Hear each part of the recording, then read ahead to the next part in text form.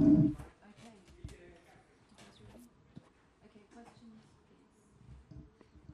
guess if we can just start with yesterday. You two didn't seem happy at all to be playing in those conditions. Just what were the conversations like, and do you think the decision to play at all was a good one? I think that we went on court when it wasn't really playable because it was drizzling all the time. I don't think that players should to walk on court while it's rain. If it starts raining while we play, then we keep on playing until it's playable. But to walk on with rain, I don't think it's right decision.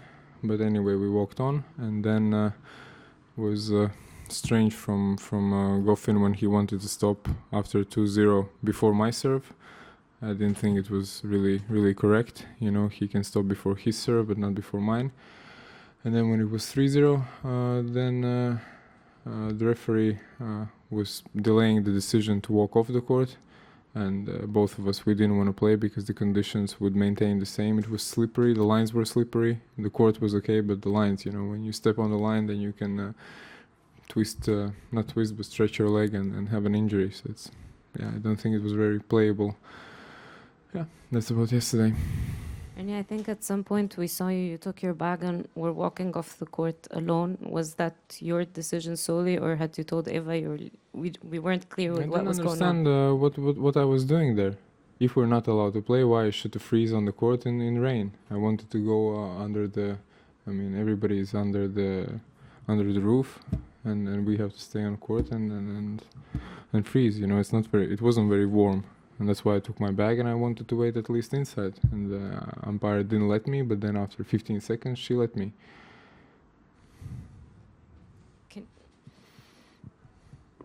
Just to follow up on that, Radwanska and Simona Halep said yesterday that players' point of views are not being taken into consideration, that your opinions, they don't matter. Is that how you felt about this as well? No, I don't think that it's completely players that our desires are being ignored. For example, I spoke to the ATP about today's schedule, and they were very forthcoming to put all men's matches second, because for us to be again today, if it would rain today, then again we would be maybe on and off and all this waiting, you know. So at least they did it good to put us second. It's not always like that, but they have to do the best they can, you know, and they have this meteorological scientists who are telling them every half an hour, you know, do this or do that. You know, it's also, we cannot put all the blame on supervisors and on the referees. It's nature, you know. But what I really think, that players shouldn't walk on court while it's raining. That's the only thing. If it starts raining while we play, you know, we just keep on playing until the conditions are getting bad that you have to stop. But players have to be fair, and they both have to decide if they want to continue or stop. But it's most of the time it's very obvious. But to walk with rain, I don't see a point. To get these couple games in, it's not worth it. Sorry, because I missed the beginning, but yesterday you didn't decide yourself you were going to walk off the court. It was it was the supervisor. It was the supervisor who said, okay. Yeah. And I mean, do you feel like, I mean, if two players feel like it's unsafe, even if the supervisor says it is safe, that it's in your power and your right to refuse to play, or do you feel like you're compelled to play? I think so, yes. If you would see how we had to play when in Munich when it was snowing. I played while it was snowing, you know, and this is we're not in a winter sport, you know. So I think that players have to have some saying in that. Definitely. We stopped. We finished the game and we stopped. There it was obvious, you know, but sometimes it's not obvious, and sometimes, you know, it's also players have to be fair and they have to respect that you don't destroy other players' momentum and rhythm. You know, I think that, for example, if I would offer to stop, you know, it would be before my serve, for example. That's what I would do, you know. That's like from my side, common sense, you know. I wouldn't stop before the other guy serves. Or if he wants to stop, you know, then we stop before he serves. But he has to be the first one telling that.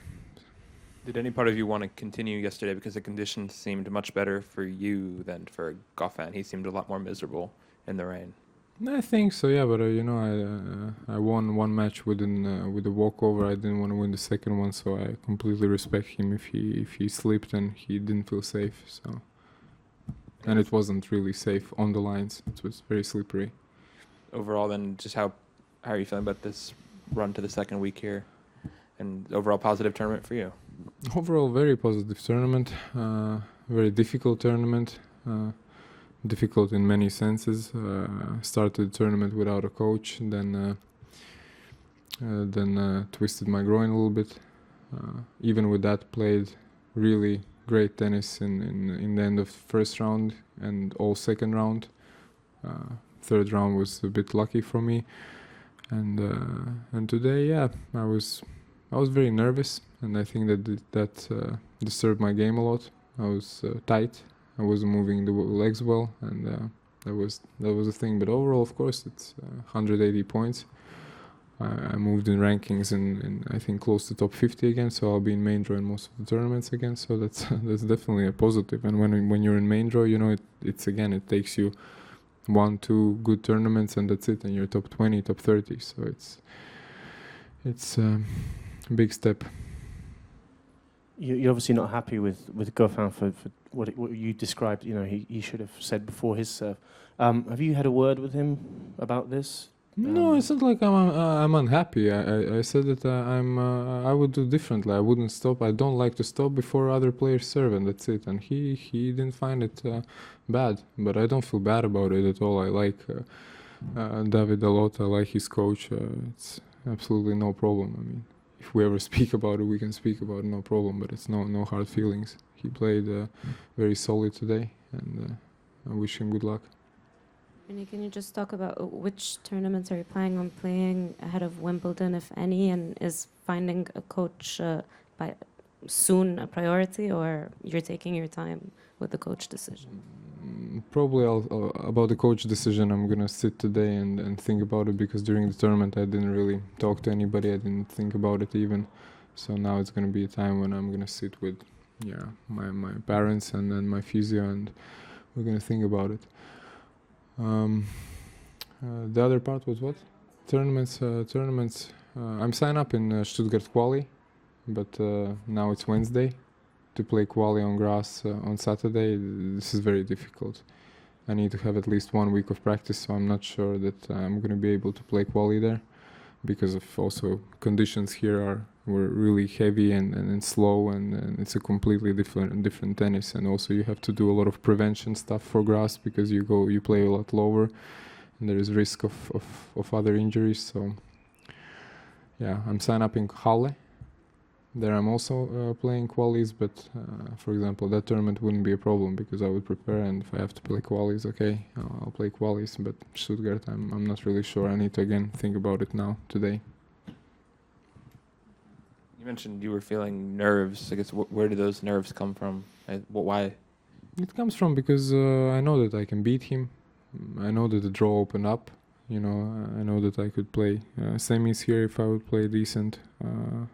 It's also not easy to wait for 3 days for your match. It's not like you can relax, not like you can think about different stuff. Yesterday we were all day on courts, and the stress level is pretty high for everybody.